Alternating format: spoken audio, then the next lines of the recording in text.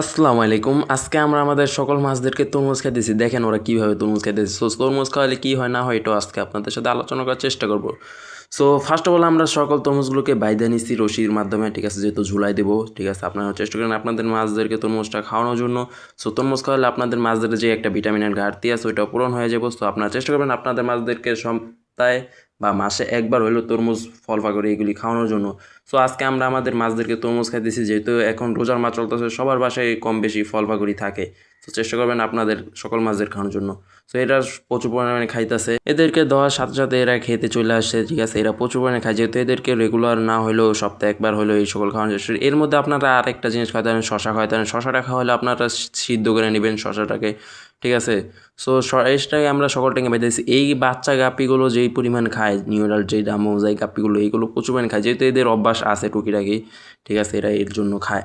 So যেগুলো অভ্যাস নয় ওগুলোর আপনারা সুন্দরভাবে অভ্যাস করে ফেলবেন। এই সকল জিনিসগুলো খাওয়ালে আপনাদের মাছেরও কালার কোয়ালিটি এবং সব কিছুই ঠিকঠাক থাকবে। তো এখানে আমাদের হোয়াইট টক্সের গাপ্পি আছে, এগুলো অ্যাভেলেবেল খাইবে না, যেহেতু এদের অভ্যাস নাই, ঠিক আছে? তারপরও আসছে, দেখা যাক খায় নাকি। আর এরা তো মাশাল্লাহ যে পরিমাণ খাইতেছে, এখানে আমাদের জুয়েল চিকলোটা এসে বসছে খাওয়ানোর জন্য, মানে এগুলি খাওয়ার জন্য, ঠিক আছে? জুয়েল চিকলিগুলোও খায়, মানে আমাদের সকল মাছই অভ্যাস আছে টুকিটাকি, যাই বলেন না কেন। সো বাচ্চা থেকে শুরু করে বড় মাছ সকল মাছই এই খায়। সো আপনারা চেষ্টা করবেন আপনাদের মাছদেরকে এই সকল খাবারগুলো খাওয়ানোর জন্য। প্লাস হচ্ছে যে মানে এগুলি হচ্ছে যে বাড়তি একটা ঘাটতি, ঠিক আছে? সো ভিটামিনের একটা ঘাটতি পূরণ করে।